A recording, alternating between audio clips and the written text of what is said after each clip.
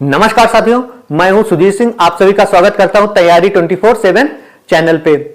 आप सभी को नव वर्ष की हार्दिक शुभकामनाएं। आज हम लोग उत्तर प्रदेश की पहली क्लास शुरू कर रहे हैं, जिसमें हम लोग उत्तर प्रदेश के प्राकृतिक संसाधनों के बारे में जानने के साथ साथ इस पर कुछ एमसीक्यू भी सॉल्व करेंगे। तो हम लोग देखते हैं उत्तर प्रदेश के प्राकृतिक संसाधन के बारे में। तो हम लोग जानते हैं उत्तर प्रदेश जो है देश का सबसे अधिक जनसंख्या वाला राज्य होने के साथ साथ जो है प्राकृतिक संसाधनों के मामले में भी काफी समृद्धशाली है। उत्तर प्रदेश राज्य जो है इसकी अर्थव्यवस्था का मुख्य आधार यहाँ की उपजाऊ मिट्टी और जल संसाधन है। अगर उत्तर प्रदेश के प्राकृतिक संसाधनों के मामले में अगर विभाजित किया जाए तो इसे हम लोग मुख्यतः 5 भागों में विभाजित कर सकते हैं। जल संसाधन के मामले में पहला क्या है, जल संसाधन के रूप में देखेंगे। दूसरा जो है मृदा संसाधन के रूप में देखेंगे। किसके लिए? मृदा संसाधन के रूप में देखेंगे।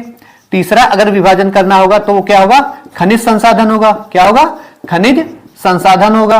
अगर चौथे में बात करेंगे तो क्या होगा, वन एवं वन्य जीव संसाधन। वन एवं वन्य जीव संसाधन। अगर 5वें संसाधन के बारे में जाएं तो 5वां संसाधन क्या होगा, ऊर्जा। तो हम लोग पहला टॉपिक पढ़ेंगे यूपी के जल संसाधन के बारे में। तो यूपी का जल संसाधन जो है उत्तर प्रदेश के रीढ़ की हड्डी है। यह उत्तर प्रदेश राज्य की भौगोलिक स्थिति ऐसी ही यहाँ है कि यहाँ पर हिमालय की ओर से आने वाली बारहमासी नदियां, उसके साथ साथ में मैदानी भागों में भरा हुआ मतलब विशाल भूजल भंडार। ये सब किस लिए? ये सब कृषि और जीवन के लिए अत्यंत आवश्यक होती हैं। तो हम लोग सबसे पहले हिमालय की ओर से आने वाली नदियों के बारे में देख लेते हैं। तो हिमालयी नदियों के बारे में अगर बात करेंगे तो सबसे पहली नदी गंगा नदी ही आएगी। गंगा नदी जो है वो गंगा नदी कहां से? गंगा नदी को जाह्नवी और भागीरथी नाम से भी जाना जाता है। किस नाम से? गंगा को अगर देखा जाए, गंगा को जाह्नवी और किस नाम से? भागीरथी नाम से भी जाना जाता है। भागीरथी नाम से भी जाना जाता है। या जो है कहां से निकलती है? या उत्तराखंड के उत्तरकाशी जिले से गंगोत्री हिमनद से। कहां से? गंगोत्री हिमनद यानी कि गोमुख से निकलती है। और देवप्रयाग में कहां पे? देवप्रयाग में जो है ये भागीरथी और अलकनंदा संगम करती हैं। उसके बाद ये गंगा नाम से जानी जाती हैं। गंगा नदी जो है इसकी कुल लंबाई अगर देखें तो ये सब तो कितनी 2525 किलोमीटर है। कितनी है? 2525 किलोमीटर है। उसमें से 1400 किलोमीटर तो केवल यूपी में ही बहती है। 1400 किलोमीटर तो सिर्फ यूपी में ही बहती है। कितने किलोमीटर? 1400 किलोमीटर यूपी में बहती है। गंगा जो है यूपी के बिजनौर, कहां? गंगा यूपी के बिजनौर में प्रवेश करती है और यूपी के बलिया से बाहर निकल जाती है। कहां? यूपी के बलिया से बाहर निकल जाती है, जो कि बिहार के बक्सर से सटा हुआ, यानी बक्सर में प्रवेश करती है बिहार में। जो है ये 27 यूपी के 27 जिलों में, कितने? यूपी के 27 जिलों से बहती हुई निकलती है। गंगा नदी को 4 नवंबर 2008 में, यह बहुत इंपॉर्टेंट है, गंगा नदी को 4 नवंबर 2008 में जो है राष्ट्रीय नदी का दर्जा दिया गया था। किसका? राष्ट्रीय नदी का दर्जा दिया गया था। और गंगा नदी पर अपने देश का सबसे बड़ा जलमार्ग, देश का सबसे बड़ा राष्ट्रीय जलमार्ग कौन सा? राष्ट्रीय जलमार्ग 1 नंबर कौन सा है? 1 है। कहां से कहां तक है? तो आप कहेंगे प्रयागराज से, कहां से? प्रयागराज से हल्दिया तक। प्रयागराज से हल्दिया तक जाता है। अगर इसकी सहायक नदियों के बारे में देखें तो सबसे पहली प्रमुख सहायक नदी कौन सी है? अगर गंगा की सहायक नदियों के बारे में जाना जाए तो पहली सबसे प्रमुख सहायक नदी कौन सी है? रामगंगा नदी है। कौन सी है? रामगंगा नदी, जो कि कहां पे? जो कि जो है कन्नौज में गंगा से मिल जाती है, गंगा से संगम कर लेती है। राम गंगा नदी को रथवाहिनी नदी भी कहा जाता है। कौन सी कहा जाता है? रथवाहिनी, यानी कि इसको रथवाहिनी नदी के नाम से भी जाना जाता है। आदि वाराणसी में आदि केशव घाट, कहां, कौन सा घाट? आदि केशव घाट कहां है? ये सराय मोहन, आदि केशव घाट सराय मोहन में मिलती है। फिर अगर उसके बाद में देखें गोमती नदी, तो गोमती नदी कहां? गाजीपुर के समीप मिलती है। गोमती नदी गंगा से गाजीपुर के समीप मिलती है। फिर अगर घाघरा की बात की जाए, घाघरा यानी कि अब सरयू गवर्नमेंट ने भी जो है इसके लिए घाघरा का नाम बदलकर इसका पौराणिक नाम सरयू ही रख दिया है, गंगा से मिलती है। फिर उसके बाद में अगर देखा जाए गंडक नदी है, कौन सी? गंडक नदी कहां पर गंगा से मिलती है? तो बोलोगे हाजीपुर में, बिहार के हाजीपुर में। फिर कोशी नदी अगर बात की जाए, कोशी नगर गंगा नदी से कहां मिलती है? तो बताओगे भागलपुर में मिलती है। कौन से? कहां पे? भागलपुर में। फिर उसके बाद में अगर बोला जाए महानंदा नदी, कौन सी? एक सबसे लास्ट नदी ये मानी जाती है अपने भारत की, जो इससे गंगा से मिलती है, महानदी। कौन सी? महानदी, जो कहां? साहिबगंज झारखंड में। कहां? साहिबगंज झारखंड में। कहां? तो यमुना नदी, आप सब तो जानते हैं यमुना नदी कहां? प्रयागराज में मिल जाती है गंगा से। फिर उसके बाद तमसा नदी प्रयाग और जो है मिर्जापुर के बीच में गंगा से मिलती है। अगर कर्मनाशा के बारे में जाना जाए तो कर्मनाशा जो है गाजीपुर में यमुना से मिल जाती है। कहां? गाजीपुर में यमुना से मिलती है। अगर सोन नदी, तो ये सोन नदी जो है सोन नदी पटना के समीप मनेर में मिलती है। कहां? बिहार के पटना के समीप मनेर में। कहां पे? मनेर नामक स्थान पर गंगा से मिलती है। अगर पुनपुन की बात की जाए, पटना के फतुहा में मिलती है। वही अगर हुगली नदी की बात की जाए तो हुगली नदी मुर्शिदाबाद, कहां पे? मुर्शिदाबाद के जंगीपुर में जो है गंगा से मिलती है। अब हिमालय की दूसरी अगर नदी के बारे में देखें तो वो कौन सी है? मुख्य नदी यमुना नदी। तो यमुना नदी कहां से निकलती है? यमुना नदी हिमालय के बंदरपूंछ श्रेणी, कौन सी श्रेणी? बंदरपूंछ श्रेणी के यमुनोत्री हिमनद से। कहां? बंदरपूंछ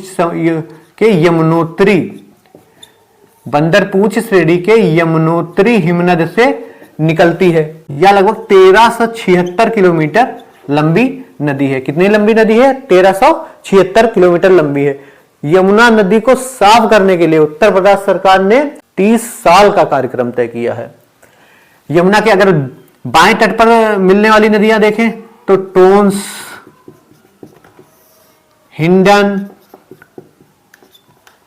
हिंडन नदी यमुना को सबसे अधिक नुकसान पहुंचाती है, क्योंकि हिंडन जो है औद्योगिक कचरा ला करके सब यमुना में ढकेल देती है।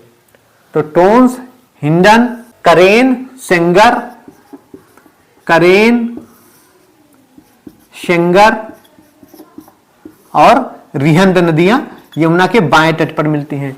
अगर यमुना के दाएं तट पर बहने वाली नदियां जो यमुना में मिलती हैं उनकी बात की जाए तो चंबल, सिंध, बेतवा, केन।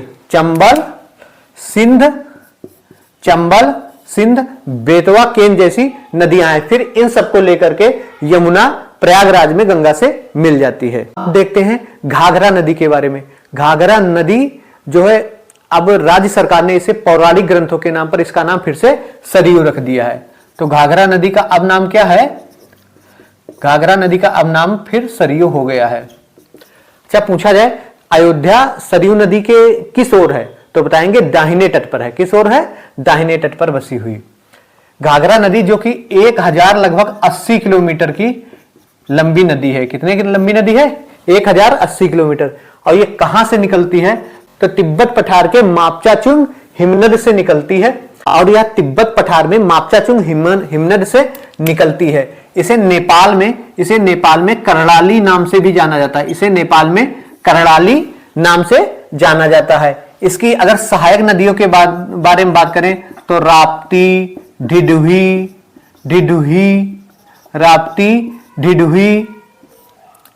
छोटी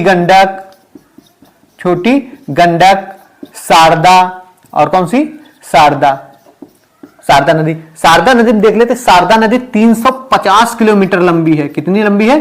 350 किलोमीटर। और ये शारदा नदी नेपाल के हिमालय से मिलाप हिमनद से, या जो है शारदा नदी वहां पर शुरू में गौरी गंगा के नाम से जानी जाती है। किस नाम से जानी जाती है? गौरी गंगा के नाम से जानी जाती है। फिर उसके बाद में ये भारत और नेपाल के सीमा पर काली गंगा के नाम से जानी जाती है। किस नाम से जानी जाती है? काली नदी गंगा के नाम से जानी जाती है काली गंगा, या फिर चाइक नदी के नाम से भी जानी जाती है, चाइक नाम से भी पहचानी जाती है। या जब पीलीभीत में प्रवेश करती है, शारदा नदी जब पीलीभीत में भारत से प्रवेश करती है, कहां से प्रवेश करती है? उत्तर प्रदेश में, तो पीलीभीत में। कहां से? पीलीभीत में प्रवेश करती हुई। और ये जो है शारदा नदी कहां? शारदा नदी जो है उत्तर प्रदेश के पीलीभीत में प्रवेश करती है। और ये बाराबंकी जिले में, कहां? बाराबंकी जिले में। कहां पे? बाराबंकी जिले में घाघरा से मिल जाती है, जहां पर इसको चौक नाम से जाना जाता है। किस नाम से जाना जाता है? चौक नाम से जाना जाता है। तो राप्ती नदी जो नेपाल के रुकुमकोट से निकलती है, इसे इरावती नाम से भी जाना जाता है। यह 640 किलोमीटर लंबी नदी है। इसकी सहायक नदियां रोहिणी और बूढ़ी गंडक है। और यह जो है गोरखपुर का शोक के नाम से भी जानी जाती है। गोरखपुर का शोक भी कहा जाता है, इसे गोरखपुर का शोक भी कहा जाता है। फिर उसके बाद में हम देखते हैं गंडक नदी के बारे में, जो शालिग्रामी और नारायणी नामे से भी जानी जाती थी। और पौराणिक ग्रंथों में इसे एक सदा नीरा नाम से भी जाना जाता है। किस नाम से? सदा नीरा नाम से भी जाना जाता था। अगर इसका उद्गम स्थल देखें तो उद्गम स्थल कहां? धौलागिरी और माउंट एवरेस्ट के बीच में। धौलागिरी अन्नपूर्णा और माउंट एवरेस्ट के बीच से होकर के ये बहती है। और ये कहां? उत्तर प्रदेश के महाराजगंज में। कहां? उत्तर प्रदेश के महाराजगंज में प्रवेश करते हुए यह महाराजगंज और कुशीनगर में बिहार से सीमा बनाते हुए बिहार के हाजीपुर में, कहां? बिहार के हाजीपुर में गंगा से मिल जाती है। अब हम लोग कुछ एमसीक्यू देख लेते हैं। जैसे सरकारी तौर पर प्रदेश को कितने नदी बेसिन में बांटा गया है? यानी प्रदेश कौन सा? उत्तर प्रदेश को। सरकारी तौर पर उत्तर प्रदेश को कितने नदी बेसिन में बांटा गया है? तो आपका होगा आंसर 8। तो कौन कौन से 8 हैं? तो आप बोलोगे गंगा नदी बेसिन, यमुना, घाघरा, रामगंगा, गोमती, गंडक, राप्ती और सोन नदी बेसिनों में। कितने? 8 नदी बेसिन में बांटा गया है। गंगा, यमुना, घाघरा, रामगंगा, गोमती, गंडक, राप्ती और सोन। फिर बोल रहा है Ganga river basin and studies centre कहां है? तो आप बताओगे IIT कानपुर में है। तो कहां है? IIT कानपुर में है। रिवर फ्रंट डेवलपमेंट परियोजना चलाई जा रही, कहां चलाई जा रही है? रिवर फ्रंट डेवलपमेंट परियोजना कहां चलाई जा रही है? तो आपका आंसर लखनऊ गोमती नगर में।